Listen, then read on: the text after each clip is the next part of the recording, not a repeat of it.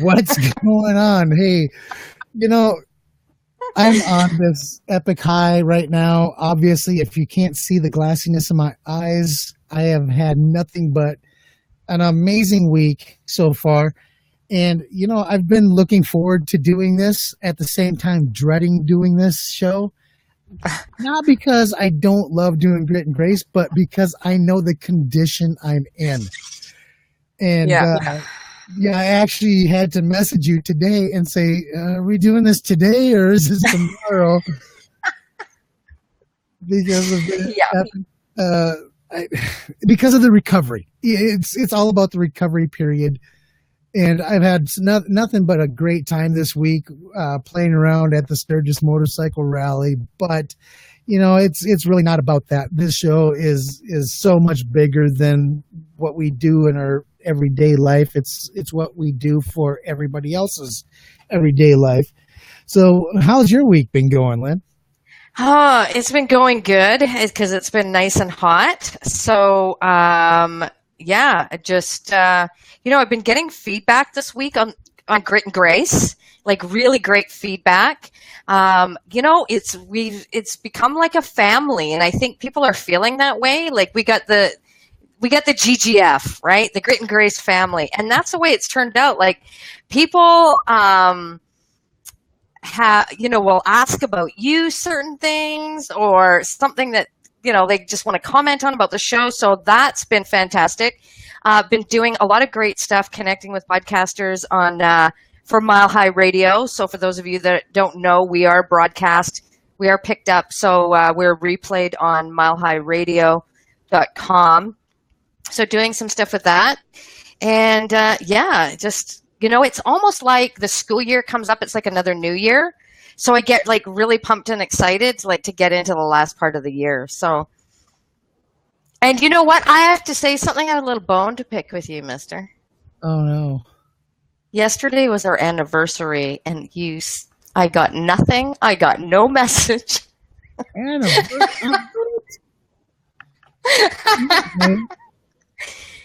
Did you not get that thing pop up on Facebook? I didn't even get it.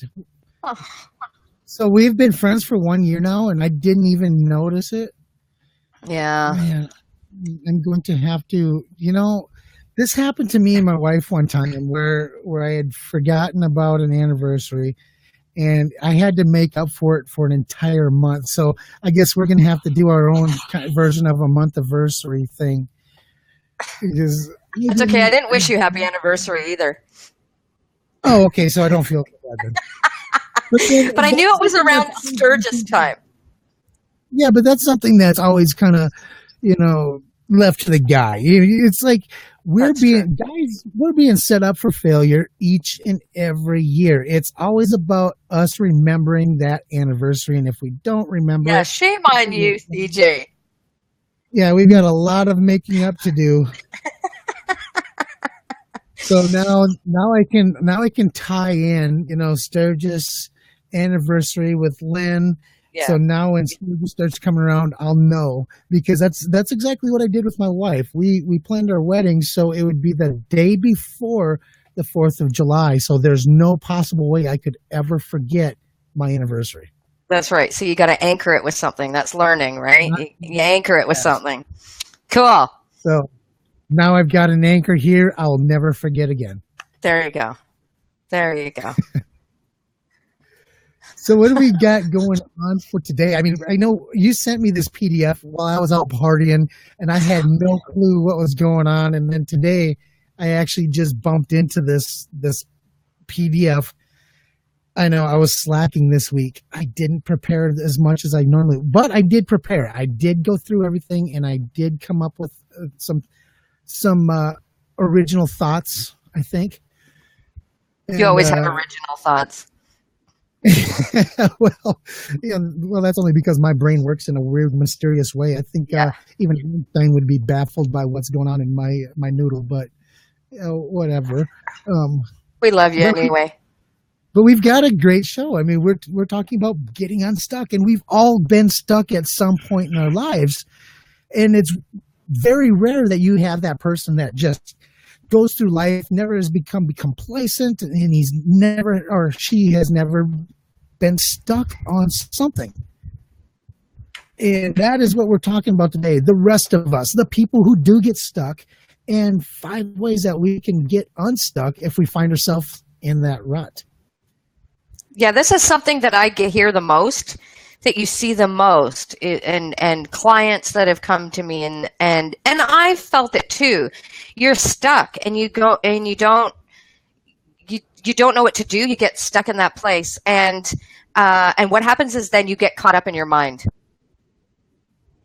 The mind. So I want to say hello to Boomy real quick. She put out there, shame on you, CJ. I know. I'm so sorry. Boomy. It'll never happen again. But, and when we started talking about the whole getting stuck thing, I hear a lot of these things as well. And before we actually get into these reasons, these steps on how to get unstuck, I want to just kind of touch a little bit on some of the things that I hear quite often of why people are stuck, or what's causing people to get stuck. So I'm just going to run through these real quick, and these are the things that I get on a regular basis. The first one being is that stinkin thinkin, that those negative thoughts in your head, that inner dialogue that says, who are you really to be doing this? Why should you be able to do this and somebody else isn't doing this?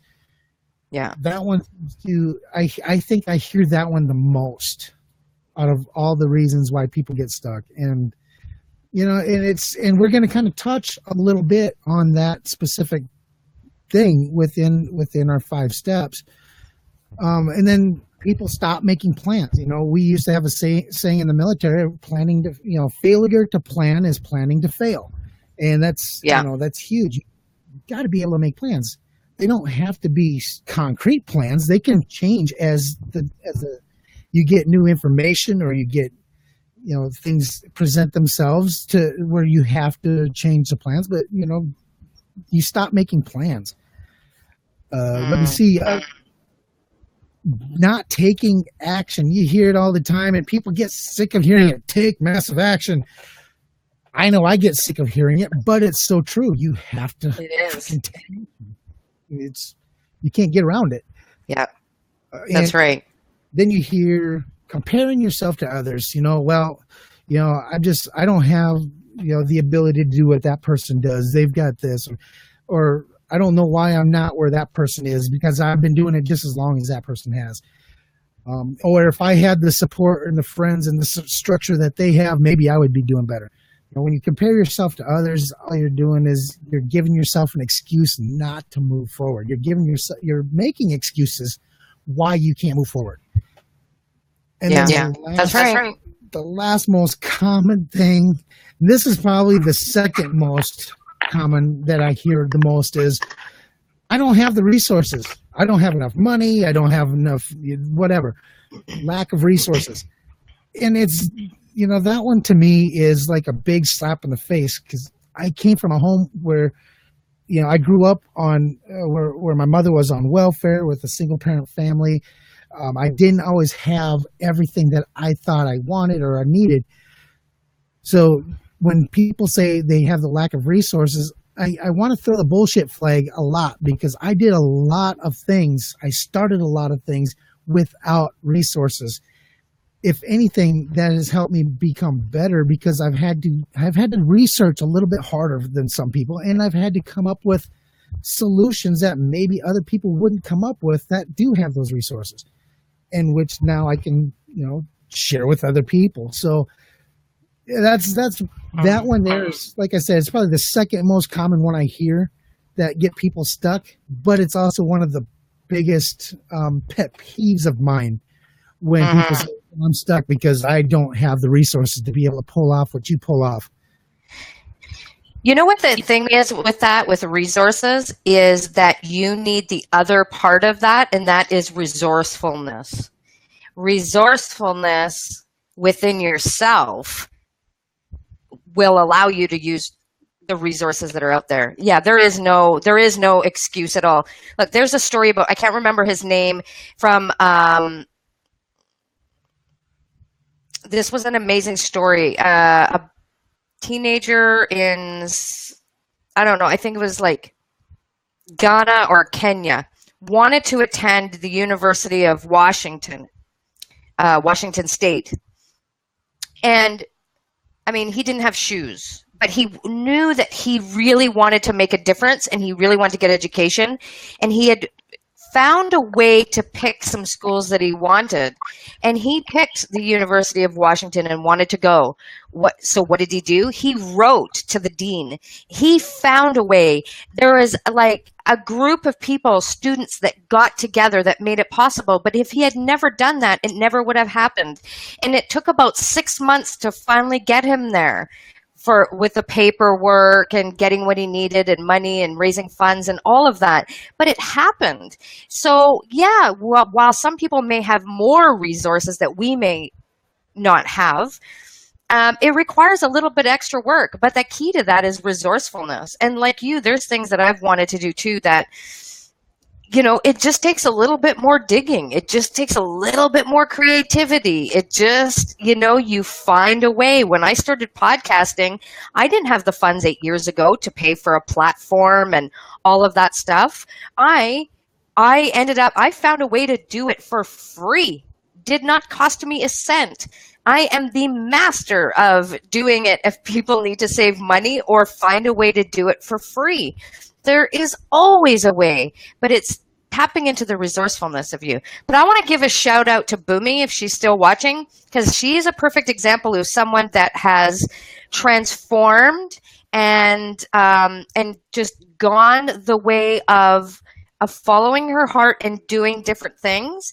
And she is an unbelievable graphic designer. So if anybody is watching this, reach out to her, because she's got amazing deals on right now, because her DJing career is like through the roof, and she's going to be cutting that service in about 5 months. So she is gifting unbelievable to do graphic design work. Anybody needs graphics, anything like that, then get in touch with Boomy Benjamin, and she will do an amazing. She did my graphic for my coaching practice. So, yeah, she's here. So get in touch with Boomy if you need graphic work. She's amazing, and she's going to be, you know, cutting that out in about 5 months. So there you go. I had to give a shout out to Boomy. Oh yeah, awesome. You know, and we've reached out to her about some ideas for some other things too. And I tell you what, you know, it's always great, even if it's someone that you don't go with right away, always reach out to those people, because it never hurts to build yourself a Rolodex. If you remember what those are, those, you know, it never hurts to build a Rolodex of great professionals that you can always turn to. And, you know, this person might have a different design style than this person, and maybe you're looking for a specific design style. So it's good to have that person in your Rolodex to be able to pull out and say, hey, I need this done. And then they can throw you up something that is absolutely what you're looking for. So definitely, you know, get in touch with Boomy, find out what it is that what she offers, check out her style. And if it's something that works for you, make sure you update your Rolodex and keep her front and foremost, because I've seen some of the work and it's pretty awesome. And if you need a DJ, she's your woman. So connect. So you know what? My biggest thing, I'm going to tell you my biggest thing, your list that you were running off there of people being stuck. You know what my thing is? I'm going to be totally vulnerable and share. And the thing that gets me is when people compliment me and just say amazing things, like compliment me and say I'm amazing, and I think it's almost like one of those, like I look behind me like, are you talking about me? Like, really? So that is my hang up. I think, do you know who you're talking to? Like, really? Like, do you know me? Like, so that's a hard one for me to accept. Yeah, compliments are hard for a lot of people to accept, I think. You know, we want to be able to put ourselves out there, and we want to be able to tell people what it is that we do. But when people start recognizing the things that we're doing and start complimenting our efforts or complimenting us in general.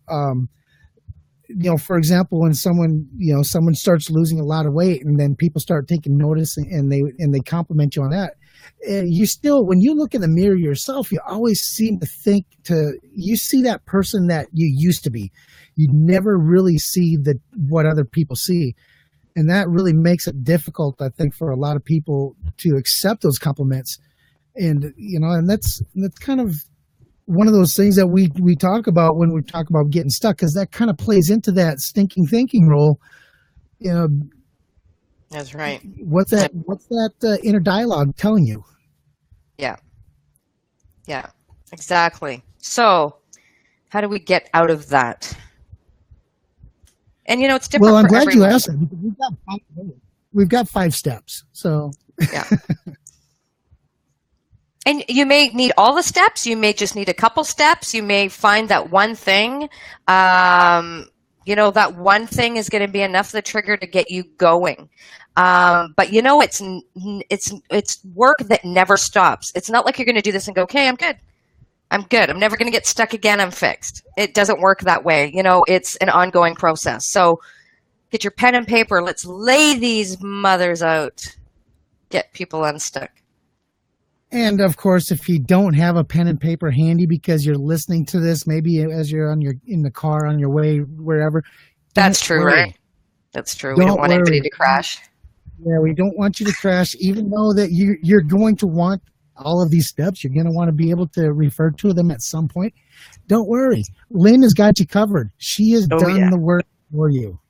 This week, he did all the work. So last week, she just helped me do the work. This week, she did all the work. So that's what a team is, right? Yes, we will have this on our website under the Show Resources tab later tonight.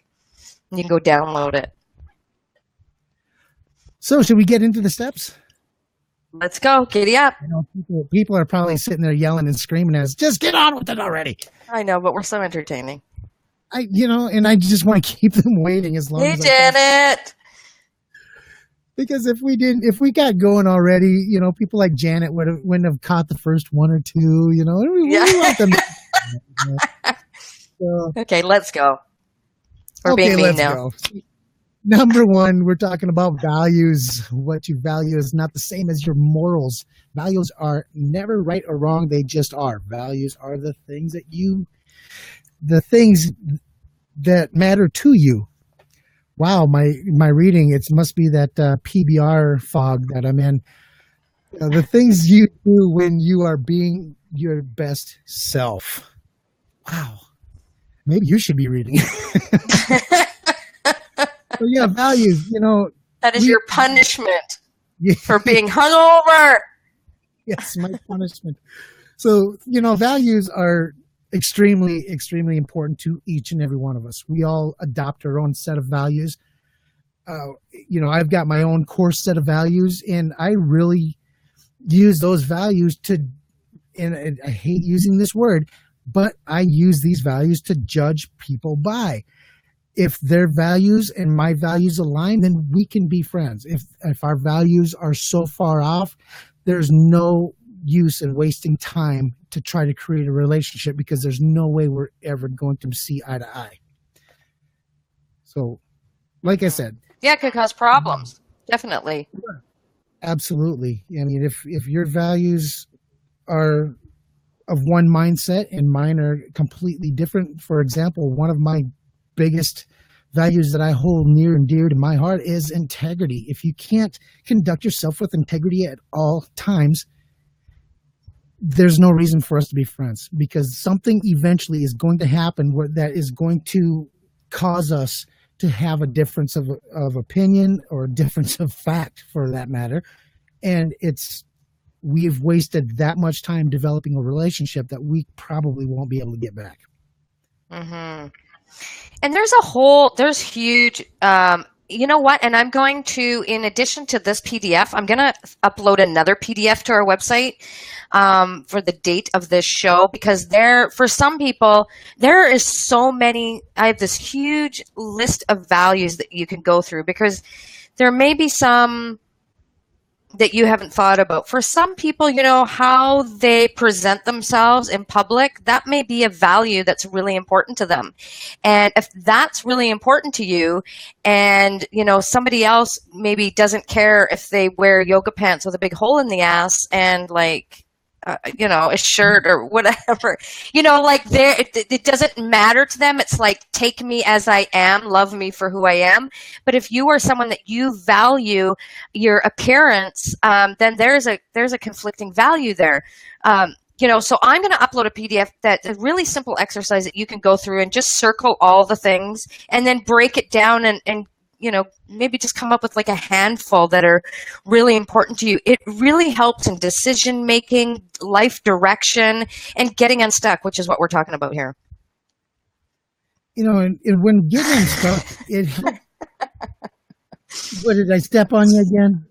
Did I just step on you? Go ahead. What I was going to say is when we're getting ourselves unstuck, one of the things that helped me early on is when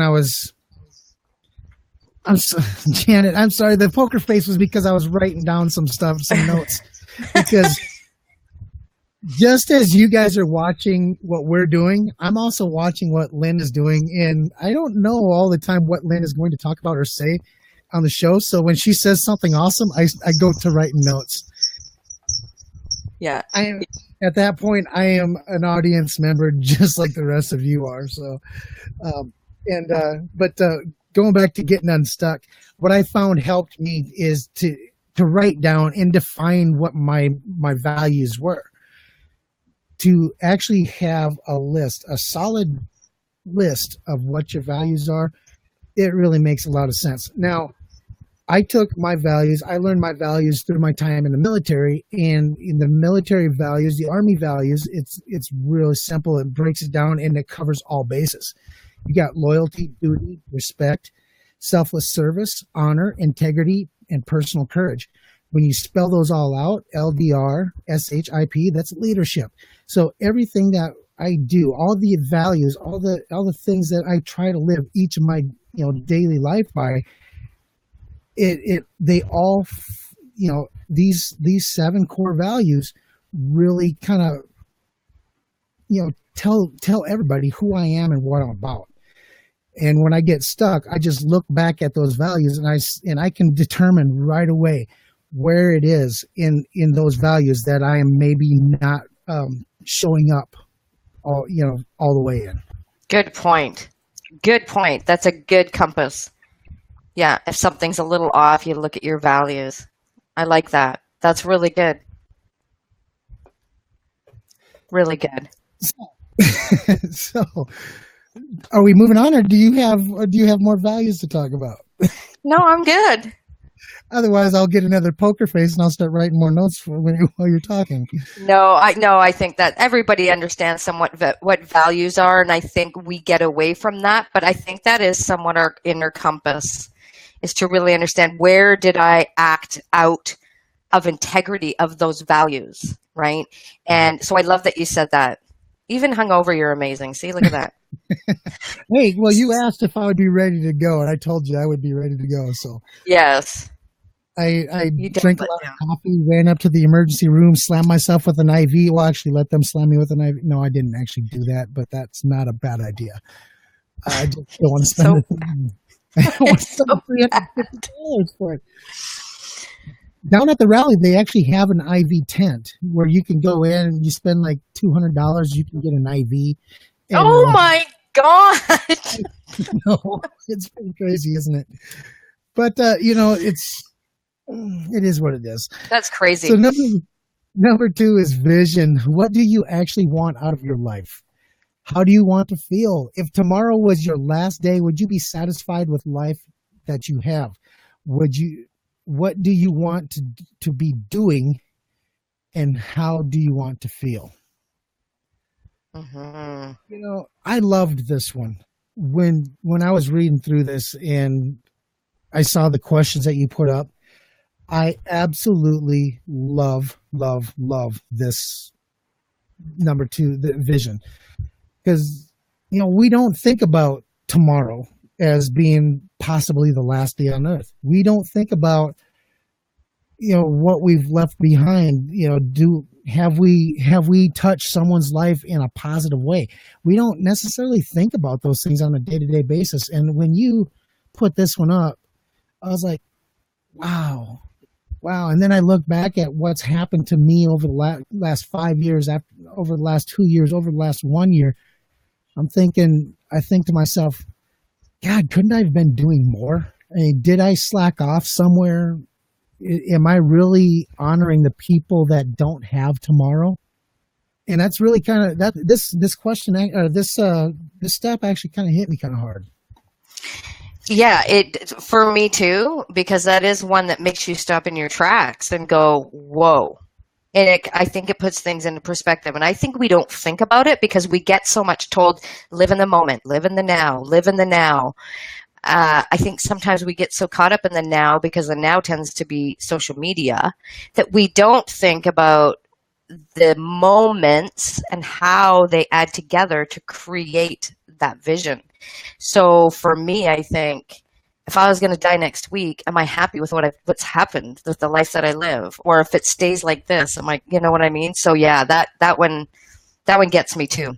And for those of you, this PDF in it, I mean, we're not running through them, but at the end of each one, it has some questions for you to answer personally to help you dig a little bit deeper on each of these steps. Just so you know, we're not running through them, but so that's why you'll want to go download it.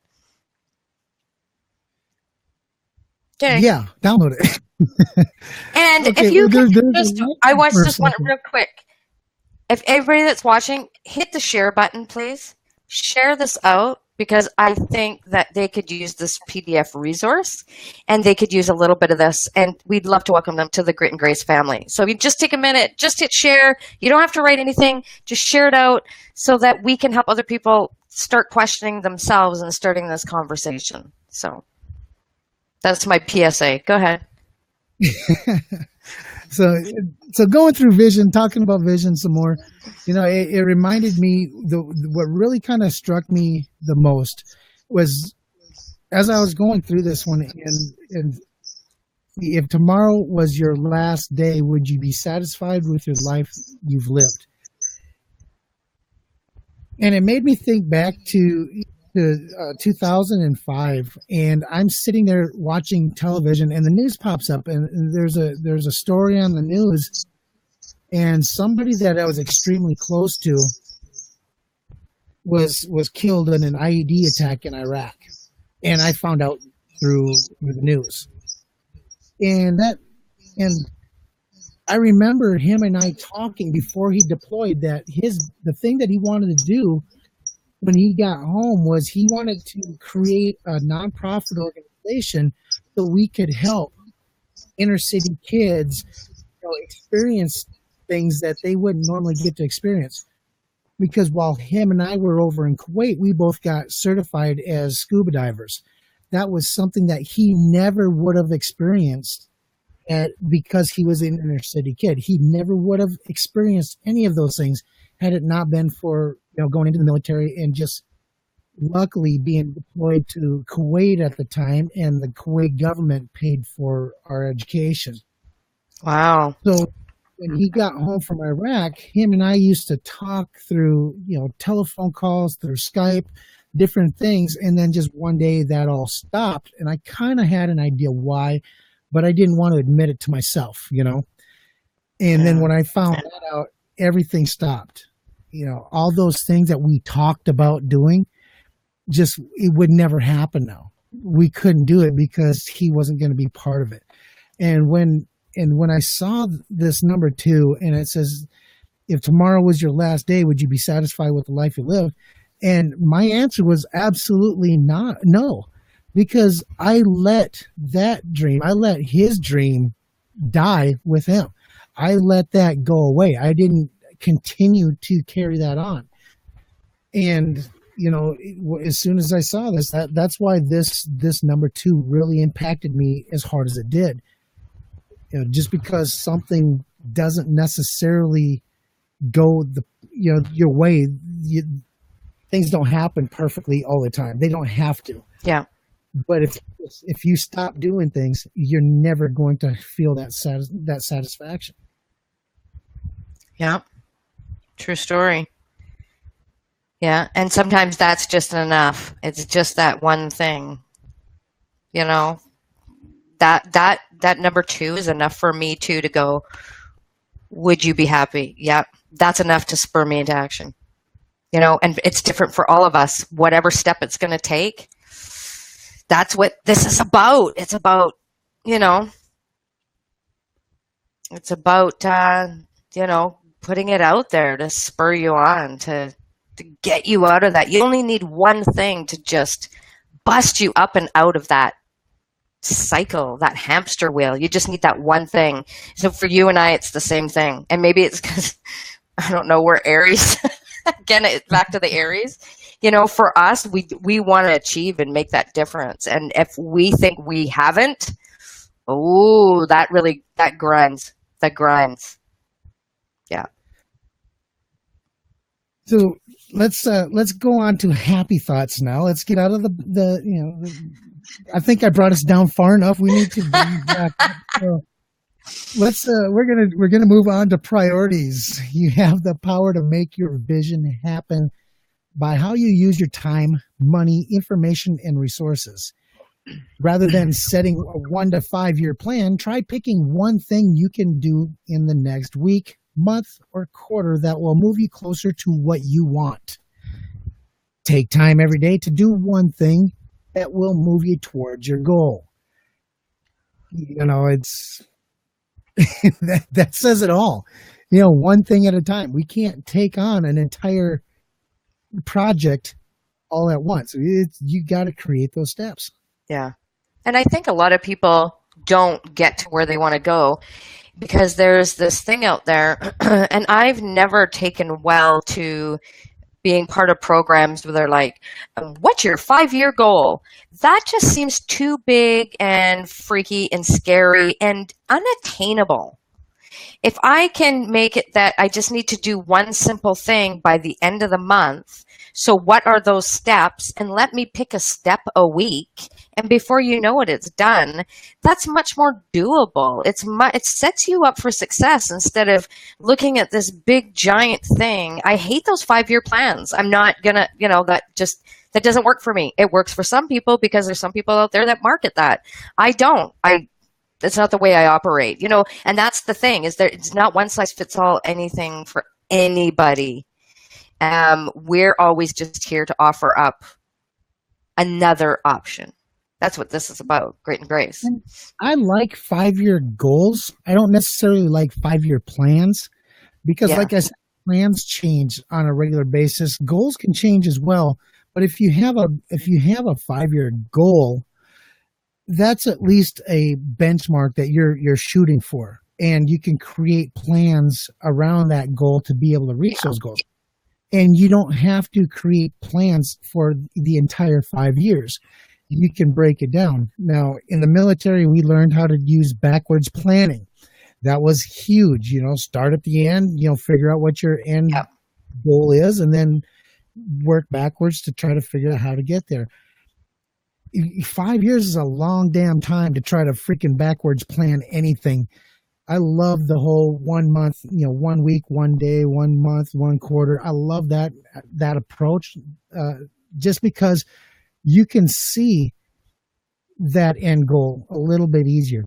If you can, maybe if you have if you're that person, you need that 5-year plan or that 5-year goal. You have that 5-year goal at the end. Maybe you create little goals, year goals, 1-year goals that reaches that spot. And then you can create the plans for that 1 year. Then you go to the next year and you create the plans for the next year. And I think when people do that, they take on those grand overall planning structures. They set themselves up for locking themselves down into a solid, concrete, inflexible plan, because they start going one direction and they get so deep into it.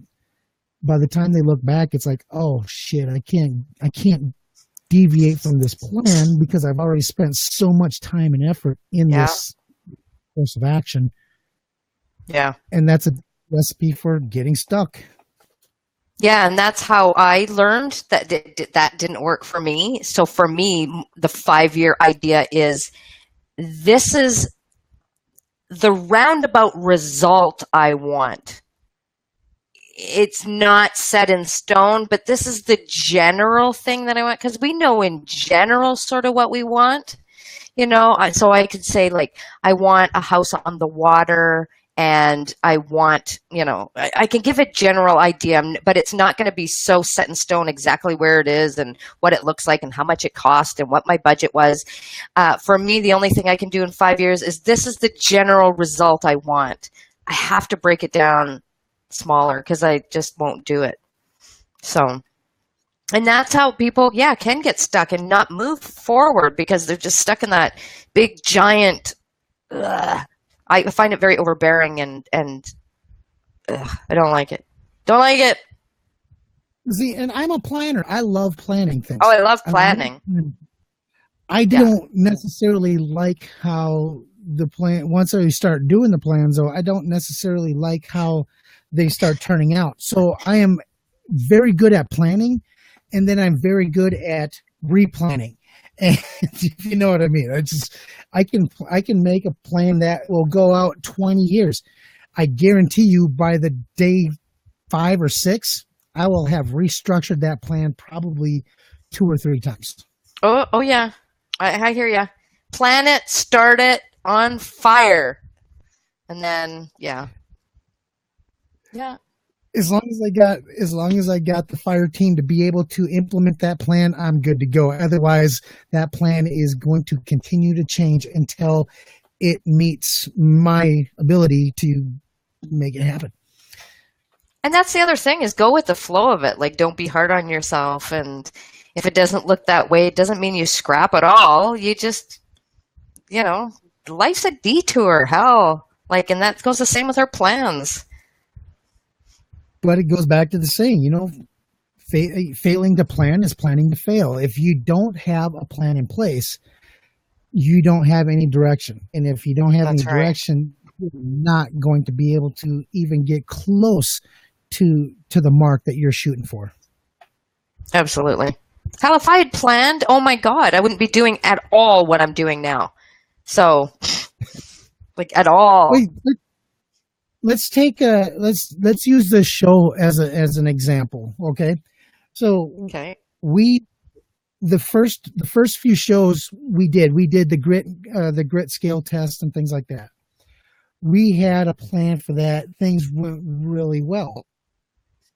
We did the same thing for our launch. We had that was part of our launch. We did great. We generated an audience.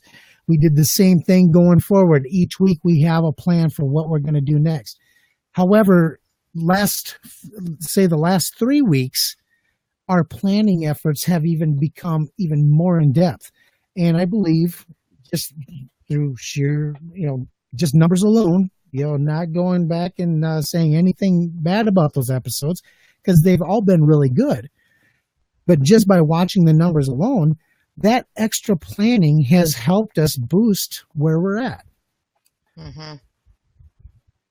Yeah. And it doesn't take a whole lot extra effort to do it. It's just being a little bit more clear on where you want to go with what you want to do. Absolutely.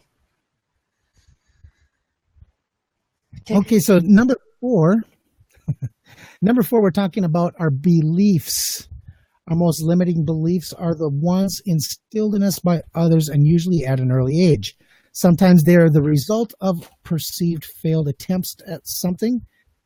It's important to reverse those limiting beliefs and choose new ones for ourselves. Limiting beliefs often make us the victim of something we feel we cannot control, change, or influence because we make assumptions. A really good friend of mine, Colin Porter, is like the go-to guy when it comes to changing limiting beliefs. He was my coach. I met him. He's from the UK, and I met him, and he was very instrumental in helping me really kind of changed my programming, if you will. If using some computer language here, he kind of Control Alt deleted and or etch a sketched my brain a little bit and helped me kind of reinstill some of those new thoughts into my brain that helped me kind of move past some of the limiting beliefs that I had at one time. And, that's really what we need to do sometimes. We just need to say, you know what, this shit ain't working. Find somebody who can help us, remove one belief from the box and add a new belief into the box that's going to replace it and that's going to benefit us in a little better way. You need to etch a sketch your brain. That's a good one. Every now and then it helps. And that is so true. We all have them. We all have them. We need them. We need them to survive. We need them to move forward in life. But I think the thing is a lot of us live on autopilot and the belief comes up and it's just so automatic and we don't even notice that there are ones that completely sabotage us, slow us down, or we get, well, that's just the way I am. Right? That's the one I hear. That's just the way I am. But why are you that way? And so whenever something doesn't work out or you don't attempt something or you quit something or you stop or you perceive that you failed, then at which that's a belief, it's not necessarily true. Stop yourself and look at that. That's how we know, because a lot of people say, well, I need to change, but they don't really know what those beliefs are and what are the ones. Those are the ones that are stopping you from living the way you want to live. The ones that we talked about in the first 3 steps here. Stop and find out. Examine why do I believe that? And just keep asking yourself, why? Well, because such and such. Well, why? And keep trying to drill it down to where you can go back to where it would have originated. When did you start thinking that thought? Like, when did you start thinking that thought? What happened in your life just before that thought started being so common that you can remember? There's so many little tricks that you can do to try and figure out what the beliefs are that are like screwing you up. That's a little, just, be open and willing to ask. And yeah, it's work, Janet. It's definitely work. And sometimes we can do it on our own and sometimes we can't. And sometimes we need to recognize and then we need to reground it in something else. And then you can get into the whole, what color is it? What's the smell of it? What does it feel like? What does it taste like? And we give it a whole new thing to ground it differently, right? Yeah, I like to leave all those types of, when I was doing my coaching, I tried to stay away from that kind of limiting belief coaching. That was like, yeah, no type of thing. I leave that to the Bob Proctors and the Colin Porters and those people, the ones that actually want to dive into those limiting beliefs. I cannot. I'll stay away from those. See, I like that. I like that. I like doing that. Getting into that with people and asking them and drilling down. I like it because it's so freaking powerful. But I've had clients get really pissed at me, like really pissed, and get mad. And one yelled at me, and I've had a couple cry. But it's messy stuff. It could be messy stuff. But if you take the time by yourself, be honest with yourself, because even if you're not saying it out loud to yourself, and we've talked about this in another episode, you can't lie to yourself. You could say whatever, but inside's going, So, if you could do some work on it and find that way, because it's always different for everybody, but, drill down, because unless you put light on something, it will always stay in the dark. So that's my 2 cents. That's good. That's my professional opinion. I was just sitting here looking around for my pen so I could write this down, but there it is again. I'll go back and watch the replay. Yeah. Do you replays? Because I do. I every now and then I'll watch the replays just so I can get something that you said. That's it's one of the things that I take away from the show, and I know there's other people that do the same thing because they tell me they do. But man, I gotta watch. How can you not watch the replays? It shows up in my feed every day, several times a day, and sometimes I just watch it with no sound, and I just look at our faces talking, and I start laughing. And I do listen to certain parts of it. If there was something I wanted to get again, or definitely, but that's how we grow, not only as people, but how we get better as hosts and how we improve, right? Definitely. And, one of the things that helps us improve is being able to understand what we're doing for our audience. Mm-hmm. And the only way to find out what we're doing for our audience is to get that awesome feedback. And I know some of you have already shot us a review. And if you feel the need to give back, please go on over to our page. You're already members. You're already part of the family. Just say a little something, just a little bit. Just give us that review. Yeah, we would so appreciate that. But yeah, we definitely have to, because I think we each have these thoughts sometimes that we think, oh, like, is there something else we need to be doing? Or, oh, I didn't do a very good job as a host, or I missed the boat on that. Or, these are beliefs that we have about ourselves. So definitely, it never freaking ends, and there's some days you just want to stop freaking examining, but you know what? It's always a new day, and then you just want to move ahead and be your best. You got to be loyal to your soul in the end, because that's when you get to the end and you go, I did it. I did what I was supposed to do. And that brings up something so, dear to me, is fears.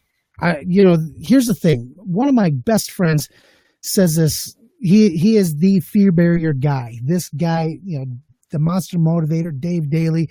He is the guy that says, if you say you don't have fears, you're full of shit, because everyone has fears. And it's so true. Everybody does have fears. And I'm not talking about the fears of heights, and I'm not talking about fear of lions and tigers and bears and all that kind of crap. I'm talking about those little tiny deep down in your gut fears of being rejected, judged, failing, or disappointing others. Those are the fears that I'm talking about. And whether you sit there and you try to put on that brave face and say, I don't have a fear in my body, that's bullshit. Yeah. That is absolutely bullshit. It is. I feel that way. Yesterday, when I got up on that stage in front of those 1,800 bikers, for that split second, that quick, early, just right away at the beginning, I got that little twinge of, why the hell am I up here? What do they think of me? All these fears just rushed through me, and it took a split second. It's not something that, has to be there all the time. They just showed up that quick. Mm-hmm. Yeah. They're rushing in to save you and protect you. Right. Exactly. These fears they're in our DNA. We can't help it. They're there. That's right. So that is the quickest way to combat fear, is that feel it and do it anyway. And then you're retraining it. Just like you have to train little kids, like potty training and shit. You have to keep doing it and keep doing it and you have to, every time you feel that fear, just do it. Just do it. And you retrain it then. And then it becomes less and less. Never go away, but it becomes less and less. That is the one thing. Take action right now. And yeah, I know how freaking hard that is. And your heart's pounding and whoa, but how bad do you want what you want? This is the trick that I learned though. And I hate to admit this all the time, because it's one of those things where you should have known this from the beginning, but you didn't, and it took someone to point it out to you. So this is a little trick that I learned early on to kind of not necessarily get rid of the fear, but to own the fear. And that really was, as soon as you feel that, you have to do something, say something, or be something that gets everybody else on your track. So you think of it like you're the train, you're the head of the train, you're the locomotive. You want everybody there. So when you're speaking up on stage and you feel that little, oh my God, that stage fright creeping in, and this has happened to me. It's literally, I was performing, which is amazing to like even comprehend. Which, yeah, but I was performing a song, or I had a part in a song, and I completely forgot my verse. Had no clue. So I just stood up there and danced around, scared shitless. It's happened. And after that moment, that's when I learned this trick from a theater teacher. He said, you got to be the train. You got to be the locomotive, and you have to do something real quick to get everybody on that same track with you. So whether it's you tell a joke, or you do something silly, or you do something that gets them in line with you. Yeah. Because once you have them doing something with you, instead of looking at you, pointing at you, judging you, and just needling you, once you get them doing something with you, you're golden. And so that's what I did. That's what you have to do. And so yesterday I get up there, I feel that fear, and I own that fear. I knew that fear was there. All I had to do is say that first line. Hey, does anybody mind if I cuss a little bit here? All right, now that we got that out of the fucking way, let's go. And as soon as I said that, people were laughing. They were on the track with me, and we had such a great time. And there wasn't a single shred of fear for the rest of the day. Yeah. That's all you do. That's all you have to do. Great tip. Yeah, absolutely. And people want you, so many times people don't know whether you forgot or screwed up or any of that. And people want you to do well.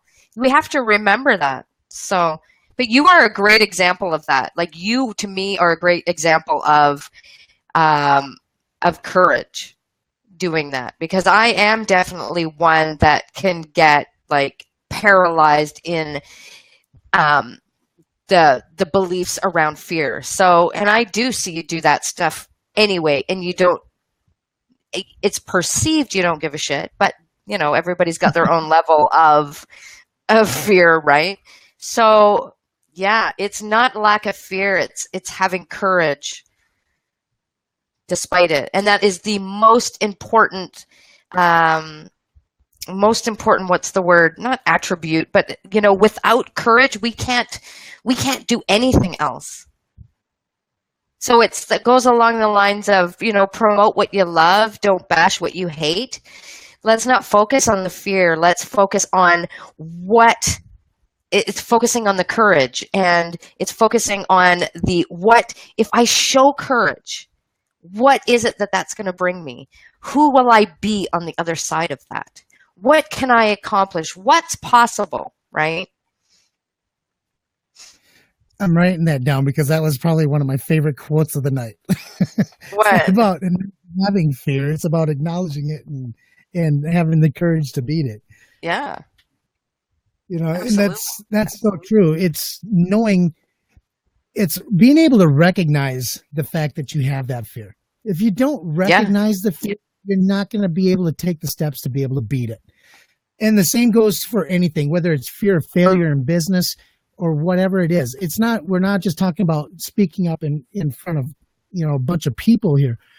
There are so many people that have amazing ideas for businesses or a product or a service, but they never put it out there because they're afraid of what the perception of that business, product, or service is going to be. Yeah. Focusing on the wrong thing. We need to focus on the courage and what that's going to bring us rather than the fear. But that's the way it is. So that's why we have all these tools and things to help to counteract that mind. Give fear the finger. Make your mind your bitch, and Like, do what you got to do. But we have one more step, right? And we're like dangerously close. No, that was number 5. That was step number 5. Oh, was it? Oh, good. Isn't that crazy? Okay, good. Yeah, we went through all the steps, and that was step number 5. And it feels like we should have a ton more, but I think we there's don't. other things. I think that faith is a big part of it, and faith is an action word. You have to trust. You can't have faith in something and doubt at the same time. It doesn't work. So sometimes people say, "Oh, I have complete faith that it'll turn out well," and all of that. But yet in the back, they're stressed and they're not trusting and they're doubting. You can't have faith and doubt and fear at the same time.